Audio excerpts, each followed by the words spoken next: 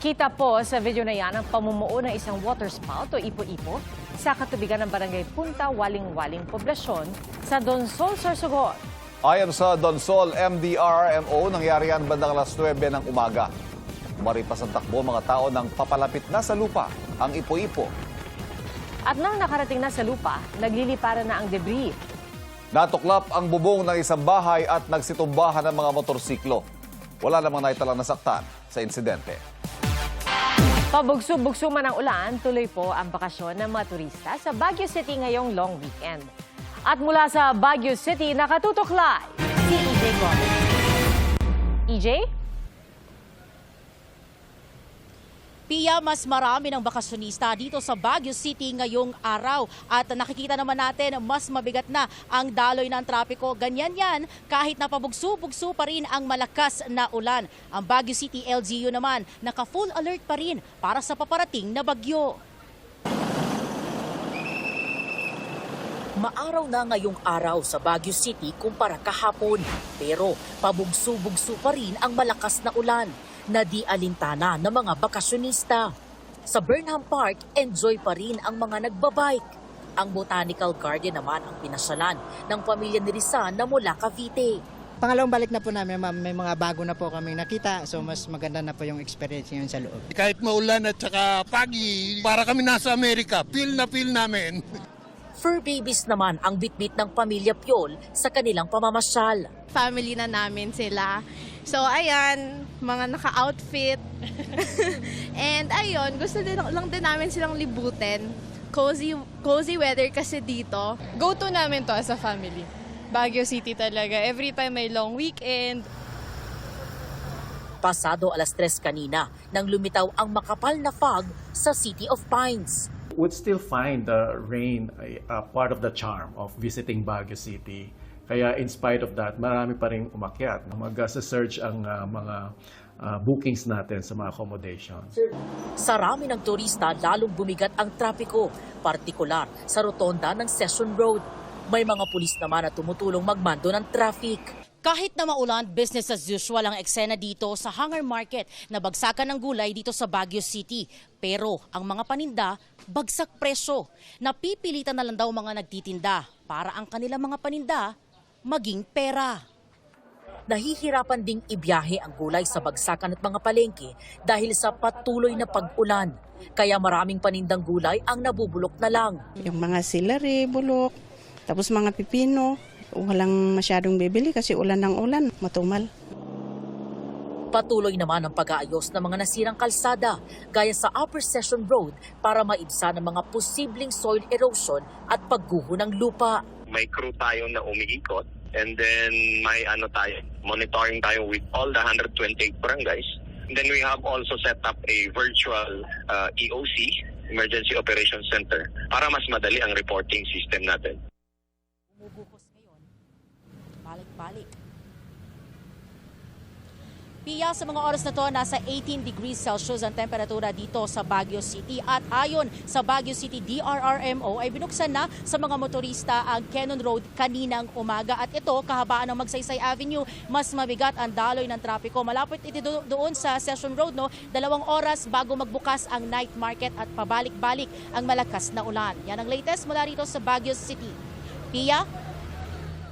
Maraming salamat, EJ Gomez. Nagbuga ng usok at nagliwanag ang crater ng Bulkang Kanlaon. Ayon sa PHIVOLCS, ang naturang superheated plume activity ng bulkan kagabi, indikasyon na umaakyat ang magma sa bunganga ng bulkan. Tumagal yan ng halos 1 oras. Mag-aalas 11:30 ng umaga kanina, nagbuga ng usok ang bulkan na may taas sa 150 meters. Pasado alas 3 naman ngayong hapon, muling nagbuga ng abo ang bulkan. Nananatili sa Alert Level 2 ang Bulkang Kanlaon. Bawal pa rin ang pagpasok sa 4-kilometer radius permanent danger zone. Hulikam ang pang-hold up na magkaangkas na lalaki sa isang ahente ng alak sa Pototan, Iloilo. Yan at iba pang nahulikam na pagnanakaw sa ilang probinsya. Tinutukan ni Jamie Santos.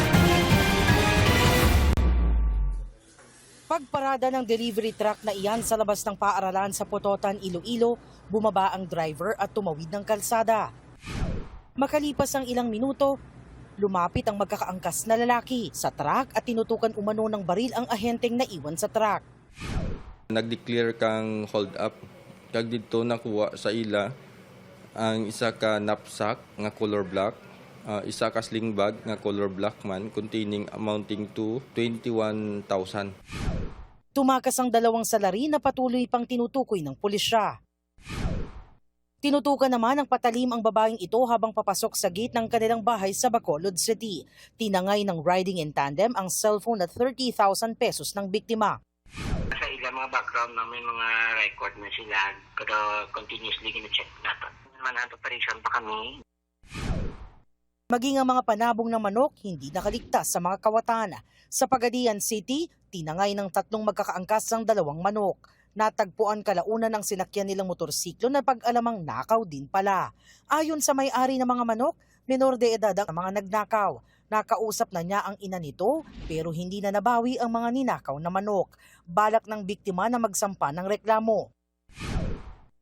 Sa Davao City naman, nahulikam din ang pasimpleng pagpuslit ng isang lalaki sa panabong na manok na itinago niya sa suot na jacket. Inaalam pa ng mga otoridad ang pagkakakilanlan ng mga kawatan na agad sumibat sakay ng motorsiklo. Jamie Santos, Nakatutok, 24 Oras. Naging makulay at matamis ang pagdiriwang ng pista sa isang bayan sa Nueva Ecija. Tampok ang pinagmamalaki nilang puto kalamay. Kain tayo sa pagtutok ni JP Soriano. Singtamis ng kalamay ang ngiti ng mga residente ng San Leonardo sa Nueva Ecija sa kanilang pagdiriwang ng Kalamay Festival. Nabahagi ng pagdiriwang ng pista ng kanilang patrong si San Bartolome Apostol. Isa sa highlight ng Kalamay Festival, ang cooking contest para sa ipinagmamalaki ng bayan na putong kalamay. A for effort ang bawat booth at kubo. Kanya-kanyang version ang bawat kalahok. May putong kalamay na sinimplehan lang, kulay puti na nilagyan ng toppings na latik. At meron ding kulay ube na may topping naman ng nyug. Pinakamahirap po niyan yun sa paghahalo-halo. Ila nahirapan nga ang mga hurado kung sino ang mananalo. Sasarap lahat kasi nga bihira lang kayo makatikim ng kalamay dahil sa hirap ng paggagawa niya. Nagpasalamat din ang kanilang kura paroko dahil matapos ang ilang araw na pagulan, tila umayon ang panahon sa kanilang pagdaraos. Habang nagdiriwang tayo, sumisikat ang araw. Amen! JP Soriano, Nakatutok, 24 Oras.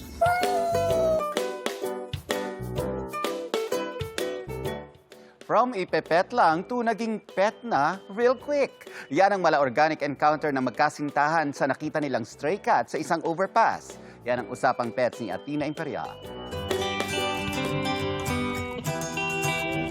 Nagtago siya sa'yo.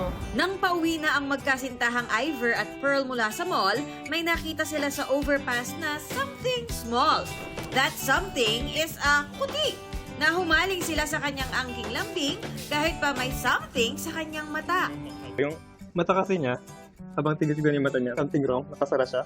Tapos, nasisipa-sipa po siya nung ibang tao doon pang lakad. Kasi malapit-lapit siya sa mga tao. Tapos, may time na sobrang nasa gilid siya ng edge, tapos konting apak lang, isang apak lang, malalaglag na siya, baka masagasaan siya. Ang saglit lang na pag-pet sa kuting, nauwi sa desisyong siya'y kupkupin. Hindi gano'n dyan? Uuwi ko na. Dinampot ko na rin siya. Ayun, sabi ko, kuha na ng paper bag yung partner ko. Hindi ko kayang maisip na parang responsibility ko siya. Dinala ng Instant for Parents ang kuting sa vet para mapasuri at mapagamot ang kanang mata. From stray kitty, isa ng healthy cat ang kanilang fur baby na pinangalanan nilang Sam. Kung may capacity naman pong tumulong and mag-adapt, mag-rescue, napakalaking tulong na po yan. Hindi naman po natin kailangang iuwi. Yung simpleng pakain lang, tapos yung pavet sila kung kaya, tapos maghanap ng pwedeng mag-rescue or adapt sa kanila. Napakalaking tulong na po nun. Athena Imperial, Nakatutok, 24 Oras.